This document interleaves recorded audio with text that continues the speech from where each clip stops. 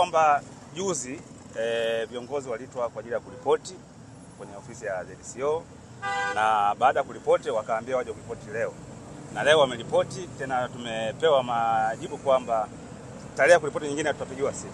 Hicho ndio kile leo.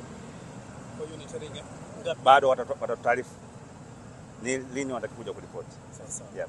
Kwa sasa hivi wanaruhusiwa kusafiri. Sasa hilo ni jambo jingine, lakini mwisho wa siku ni kwamba wamesema wanatakiwa siku ya kuja kuripoti watatoa taarifa. Kwa kama wanaruhusa kusafiri, ni haki yao kusafiri.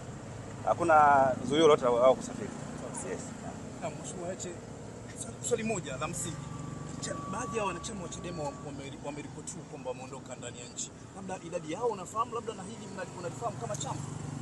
No, hatujafahamu, lakini kweli kwamba sehemu inapokuwa hatarishi watu wanaweza kuattempt kufanya hivyo, na hata wakina Mandela walikimbia wakati makaburu wananani. Sio sifa nzuri kwa nchi yetu, kwa sababu hii ndio nchi iliyokuwa kimbilio ya Wanamibia, wa Afrika Kusini, watu wa Zimbabwe wakati wanaumizwa kule na wazungu.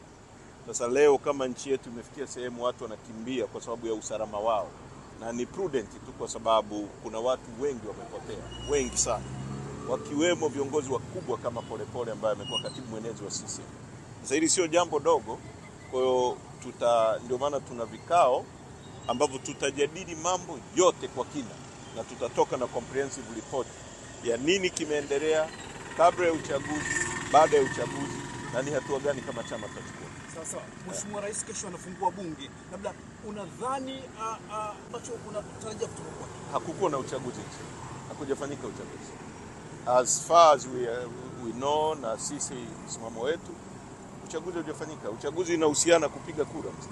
Yes.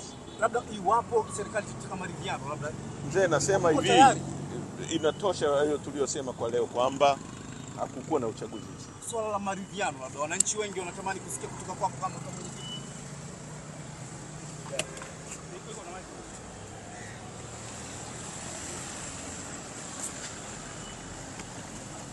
Hatuna maiki tena.